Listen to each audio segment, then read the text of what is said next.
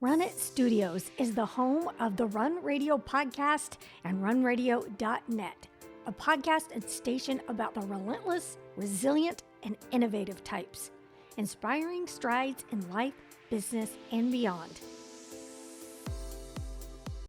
Welcome back to the Run Radio podcast. My name is Trina Wilcox, and in the Run It Studios room today, virtually, of course, is CZK Nation. Welcome. Thank you, Trina. It's a pleasure. Well, I'm so glad to have your music on Run Radio's streaming station. I love supporting independent musicians. I know that we can definitely go so many places to get music and listen, but I love providing a space where people can discover new music and then go learn more about them. So, what is something that you think is really unique and stands out about your music against all of the other stuff that is out there?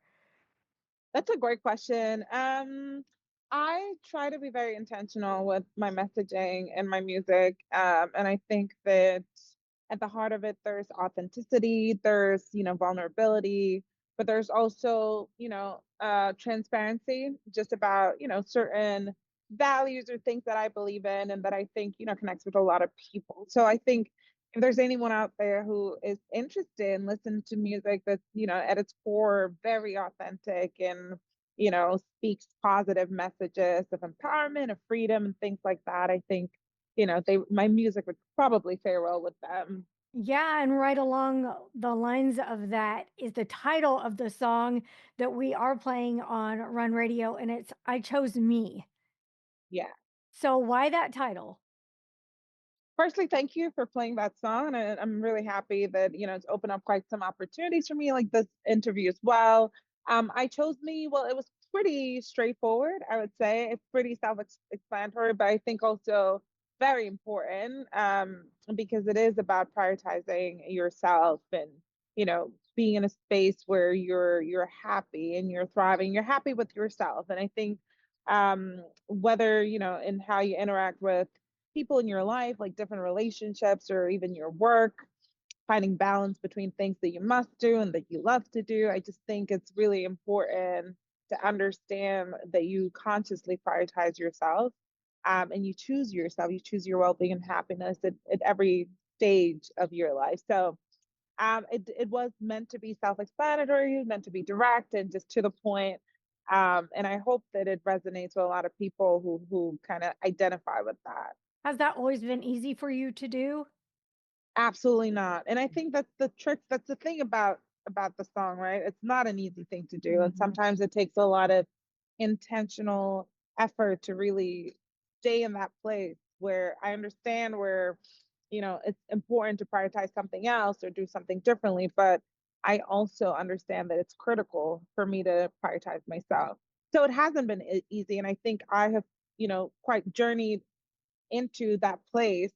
And even maintaining that place is a challenge. But I think the song kind of narrates the complexities of it, where you do look back, you do feel, a certain way. But at the same time, what I found is through the complexity of it, there's a certain peace and contentment with yourself that kind of keeps you building the muscle that allows you to do that time and time again. Who are some of your influences when it comes to music? Wow, it's a broad range, honestly, because I think I study from everybody, really. I think there are artists that I learn lyrically from, some vocally, some just their performance style. But when it comes to the things that are at the heart of my artistry, which is the authenticity, the truth, I would, quote people like Bob Marley or Tina Turner or, Tracy Chapman. And yeah, those are the people that really inspire me when it comes to being your own artist and speaking truth and, being comfortable in just who you are as you engage with your craft. How long have you been doing music now? Yeah, that's a long. I like to think in this phase of my music career where it's again me prioritizing it, me choosing myself. It would be 2 years now, but music has been on and off for me. I kind of hung the towel for about 6 to 8 years, I want to say, where it was really not me not being active. And prior to that, I dabbled in like the Boston scene and the New York scene, and did a few things like in Atlanta, worked with musicians in different parts of the United States. Shortly after I immigrated myself to the United States, but um, like I kind of hung the towel because I've been in finance and I still am, and it just didn't seem like I was in a place where I could prioritize it, or if music was even going to work out for me. But then you learn that as an artist, life happens, and yes, you have to take care of yourself and family and all the things that come with life, and but you cannot get rid of it. You're an artist, you're an artist, and you just have to find a way to channel that energy. And it was in 2013 that I understood that it's equally a part of me, and I will never really find true balance if I wasn't engaging my creative side. So I had to make that commitment and kind of structure my life to accommodate that. Oh, I think that what you're saying is so important because a lot of us feel like it has to be either or. And we will put that creative passion on the back burner when we have to do the thing that pays the bills or, the family, which is, of course, priorities and getting things done. Yeah. But finding ways to make room for all of that, I think, is something that I kind of wish we were taught more how to do. Yeah. Yes, I agree. And it's funny you say that it's either or, because throughout the last decade, I would say I have felt like it was either or. I've been Mhm. conflicted. It's like this stuff. But then I realized that I am all those things. Like we're a lot of different things. And I think as an artist, especially an independent artist, there's always going to be a reason why it's not a great idea, why it's not. But I think that's the challenge for us to kind of continue to find the little pockets of time, of energy, of resources that we put towards developing and creating. And I think if you just keep doing that to whatever extent you may, and yes, there are times where it's going to be really tough, and there are times where you have all the time. But just understanding that it's something that has to be, a consideration wherever you are in life. I think us sharing our stories of that, also is important. Like you said, there's not much education. A lot of us learn as we go or don't learn, or maybe it's too late. But sometimes I think back and I'm like, I wish I understood this 8 years ago. Mhm. You think of how far you would have come along if you had, had that mindset. But the good thing is we're now and there's the future, and you just keep pushing forward with the right mindset. So Yeah, yeah. that's great. Do you do a lot of live music or are you mostly in the studio?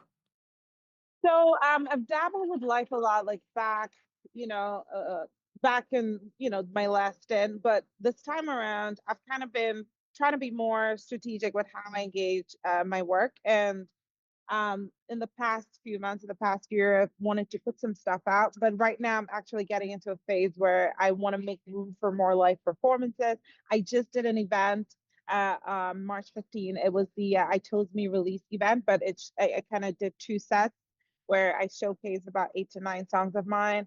And I just think that I'm getting to a place where I do want to be out more and performing more. So I'm seeking out those opportunities as I continue to build my discography and meet people, engage in events and opportunities come along. There's actually something for May 24th that I'm working on with a band that I recently met. It's gonna be I forget the name of the venue, but yeah, it's gonna be in New York, and especially later in the summer and the fall, I'm hoping to be out there a lot. Yeah. So definitely getting into performing a lot more this year as I release more songs. Yeah, and especially with messages like you're putting behind your songs, I can imagine that there's an energy that comes from the audience that you just can't get any other way. Do you feel that Yeah, when you yeah. perform live? Absolutely. I was very like touched and surprised just by the feedback and the response that I had from the audience that was present at the March 15 event. A lot of great feedback, a lot of connection.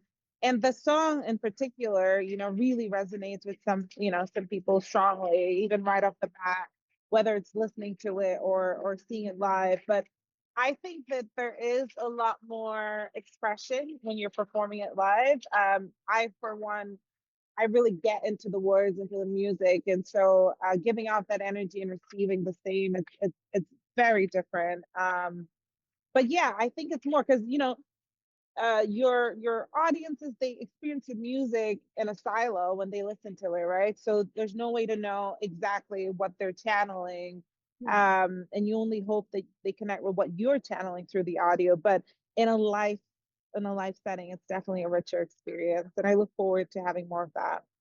What other creative outlets do you like to do when you're not doing music or the finance thing? I love photography. Oh, yeah. Yes, big. I'm a huge visual person, and just capturing the beauty that I see around me, in front of me, is very special. In the past, I dabble with drawing as well and painting, but I haven't prioritized that as much. And yeah, just like photography, I would say is the biggest one. Yeah. When it comes to the way that technology is moving and AI and using those different tools, what are your feelings about it? How do you get apprehensive? Do you embrace it? Yeah. Yeah. So AI, and that's like such a hot subject, I think, across industries, right? Yes. For music, for me, like I never want to dilute the uh I think, even if not perfect, once true lyrics, once true words or true vocals ring stronger, I think, in my opinion, than anything else. So when it comes to the creative process, I don't engage AI in it. But as an independent artist and wearing multiple hats, I think AI is like a powerful tool in terms of helping you streamline things, like put ideas together, build documents, proposals, or draft emails. And just like from a administrative perspective, it's been super helpful because I feel like I have two big jobs really, with my day job and my music, and then my music is like five, six different jobs. And so it's helpful to be able to talk to, my AI tool and just say, okay, this is what I'm thinking. How do I do this? How do I draft it? If I need to put like a promo concept together, I treat it kind of like an assistant, or like Yeah. an employee who, if you tell it what to do, it can help you take it to a certain point, and then you review it, and it's just a faster process.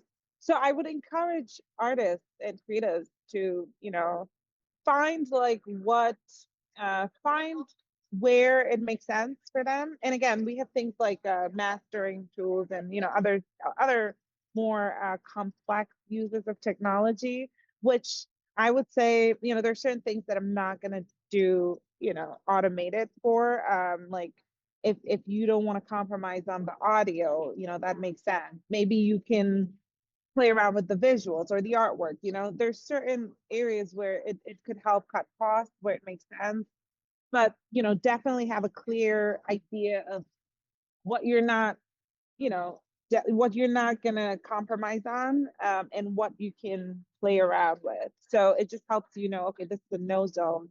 And that's like, okay, I'll see what it can do for me. Yeah. But in general, this big picture across industries, across wherever, I just think there's just a morality part and an authenticity part of AI that everyone must consider, and just use it responsibly. But it can be very helpful. Very good. Yeah, So I f- I imagine that with finance and then your creative side, you've got a lot of left brain, right brain going all the time. And I yeah, can see where one could help the other. What are some absolutely. of the ways finance feeds into your creative side and your creativity helps you during Yeah, day job finance? yeah. Unlocking this has been very powerful for me because it has been very confusing, Yeah. you know? But it's been, especially as I've grown into being a manager and like just like different roles in finance, just really growing. I think that it's made me super, super like capable when it comes to handling the music industry. Working with people. I realized that, I live by the same set of values and morals in everything I do. And I have the same work ethic and the same, passion for people or for creating or for curiosity in everything I do. It's just a different skill set that I utilize. So my business acumen and my desire for efficient processes or budgeting and all these things, it's so like helpful when it comes to music. And on the other hand, being in my creative space where I'm allowing myself to be my authentic self in music, it helps me be my authentic self at work. And so, how I work with people and handle engage with people, I think has been richer because I exercise the creative side. And so, and being about the same things of freedom, of joy, of happiness, of learning, of supporting people and advancing things and finding better ways of doing things. It really applies to everything. It's a different skill set, different situation, different business model, but they definitely go hand in hand. And I look forward to seeing how that goes into the future. Yeah. But so far so good. Good. Well, what are some of the things coming up? You talked a little bit about live music and some things this summer. What else do you have in store? What do I have in store? So I do have a song I'm working on currently that I hope I put out soon. Um so I have been a little challenged with my music. I purchased my instrumentals. I'm not an instrumentalist myself, but I'm trying to build those chops, picking up like learning guitar and piano, learning a bit of production and mixing, just so I could take my songs to full concept, even if it's a prelim, and then we can build on it from scratch.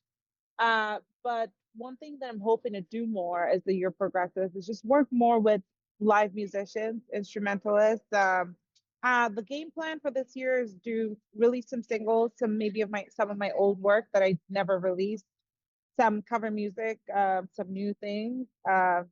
Perhaps consider like an EP towards the end of the year. But, for a bigger project like an album or something would be a year or 2 years down.